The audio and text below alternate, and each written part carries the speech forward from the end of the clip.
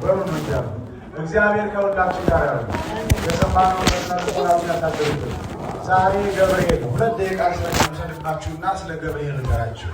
ገብርኤል አይደለም ገብርሄር ነው። ገብር ማለት አገልጋይ ማለት ነው። ሄር ማለት ቸር፣ ቅን፣ ደግ፣ የዋህ ማለት ነው። በመጽሐፍ ቅዱስ በማቴዎስ ወንጌል ምዕራፍ 5 ቁጥር ጀምሮ እንዲህ አደረገ።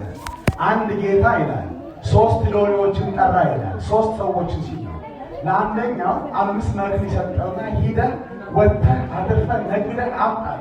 ለሁለተኛው እንደዛ 2 ሰጠው። ለሶስተኛውም 1 ሰጠው። ይህ 5 የተሰጠው ወጥቶ ወርዶ ደፍቶ አትርፎ 5 የነበረውን 10 አድርጎ ሰጠው። ከዛ ከዕለታት አንድ ቀን አበዳሪው 4 ቀን አልፏል። አበዳሪው መጣና አንተ የሰጠውን የታረከው አለ። ጌታዬ ሆይ 5 ሰጠኸኝ ነበረ፣ 5 የሰጠኸኝ አብዝቼ ወጥቼ አፍርቼ አርጥቼ 10 አድርጌአለሁና እነሆ አለ። ሁለተኛ 2 የተሰጠው አንተስ አለው። ጌታዬ ሆይ 2 ሰጠኸኝ ነበረ፣ አብዝቼው 2 የነበረው 4 አድርጌ አምጥቻለሁ አለ። አንደኛው አንተስ አለው። እኔ አንተ ካልዘራ የምታጭድ ካልበተንክ የሰበሰብክ መሆንን አውቃለሁና አንዱን ሌቦች ይሰርቁኛል ይቀሙኛል ብዬ ከመሬት በታች ቀብሬዋለሁ አለ። ጌታ ፈረደ። እውነት እላችኋለሁ 5 ለነበረው የተሰጠውን አብዝቶ አምልቶ አምልቷልና ጨምራችሁ ስጡት። 2 የነበረው አንተም አብዝተህ አመጣና ለእሱ መልክ ስጡት። 1 ላለው ግን ካልዘራው የማላጭ ካልበተኑ የማልሰበስብ መሆንን ማን ነገረ? ስለዚህ ጥርስ ወደማፋጨት ለዘላለም ስቃይ ወዳለበት ወደዛ አስገቡት የሚል ጥሬ ቃል አለ በማቴዎስ ወንጌል ምዕራፍ 5። ምስጢሩ ምንድን ነው ሲባል እግዚአብሔርን በመልካም ማገልገል፣ የተሰጠንን መክሊት አብዝቶ መስጠት። የተሰጠ መክሊት ደግነት ከሆነ ለሰው ደጋግ፣ የተሰጠሽ መክሊት ሰላም ከሆነ ያንቺ ሰላም ሌሎች ላይ እንዲበዛ አድርጊ ማለት ነው። የተሰጠ መክሊት ፍቅር፣ ሰላም፣ አንድነት ከሆነ የተሰጠ ፍቅር በወንድማማች መካከል ፍቅርን መዝራት ከሆነ የተሰጠን መክሊት አብዝተህ ተገኝ። በእህቶች መካከል የተሰጠሽ መክሊት 2 ነው።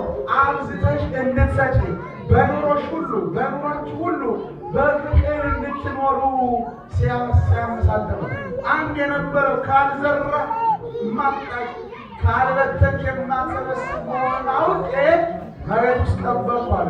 ሰው ደግነት፣ ሰው ፍቅር፣ ሰው ሰላም፣ ሰው ህብረት የመሰለውን መክሊት ተሰጥቶ ሳይጠቀምበት ቀርቦ ሲገኝ እግዚአብሔር ሲመጣ ሞት ሲመጣ መልስ የማንሰጥበት ቀብረን የምንገኝበት እኛም በሕይወት እያለን ተቀብረን መክሊታችንን ሳናበዛ ተገኝተን ሂዱ ጥርስ ወደማፋጨት ትሉ ወደማንቀላፋበት ወደ ዘላለም እቶነ እሳት ግቡ የምንባልበትን ነገር ነው የምናገኝ ማለት ነው። ስለዚህ ክርስቲያኖች ናቸው አይደል? ደግ አገልጋይ፣ መልካም አገልጋይ ለምታደርጉት ነገር ዋጋችሁን ማን እንዲሰጣችሁ? እግዚአብሔር።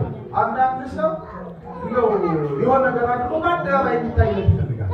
ነገር ግን ስትሰጥ ይላል ቀኝ የሰጠህን ምን አይ ግራ አይናለው ታለም የትኛው ነው?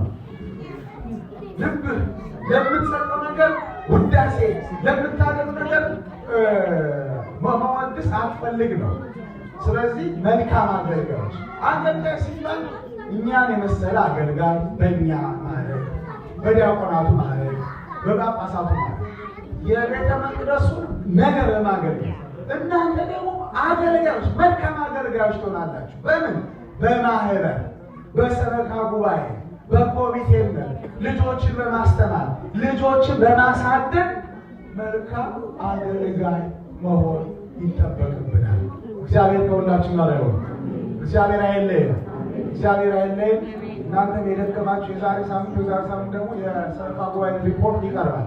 ስለዚህ አሁንም አበክሬ የምነግራችሁ መልካም አገልጋይ ለመሆን እግዚአብሔር ይርዳል። ዛሬ ወንድማችን ቢንያም 30ኛው ቀን ትናንትና አለፈ። ዛሬ 31ኛው ቀን ነው። ከሌሊት ጀምሮ ስንፈታ ስንጸልይ ነው ያደርነው።